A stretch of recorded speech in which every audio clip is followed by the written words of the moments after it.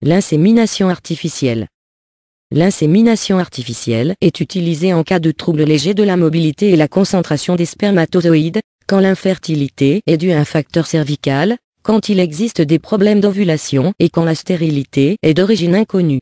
Il est important de savoir qu'avec ce traitement, le pourcentage d'obtention de grossesse baisse considérablement si la patiente a plus de 38 ans. Cette technique peut être réalisée avec le sperme du couple ou celui d'un donneur. Le pourcentage de réussite, avec sperme du couple, oscille entre 10% et 15% pour chaque essai. Le pourcentage de réussite, avec sperme de donneur, est de 15-20% pour chaque essai. Ce processus se divise en 3 étapes. 1.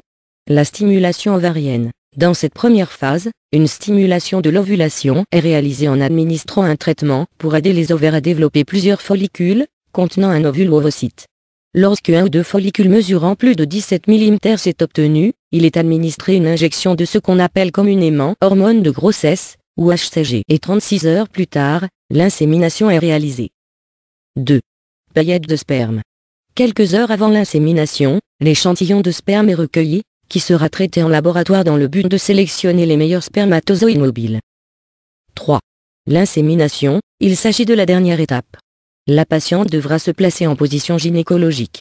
À l'aide d'un spéculum vaginal, le médecin introduit un cathéter dans la cavité utérine en déposant la paillette de sperme au fond de l'utérus, celle-ci ayant été préalablement traitée en laboratoire.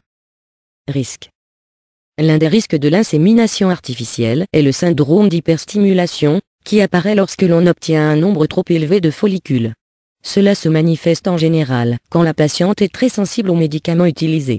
Dans ce cas, on n'administre pas les hormones de grossesse et l'insémination ne sera pas réalisée. Le cycle est annulé et il est conseillé à la patiente d'utiliser des méthodes contraceptives. Si on n'administre pas la HCG, on réduit presque complètement les risques impliqués par l'hyperstimulation. Un autre risque est celui de la grossesse multiple.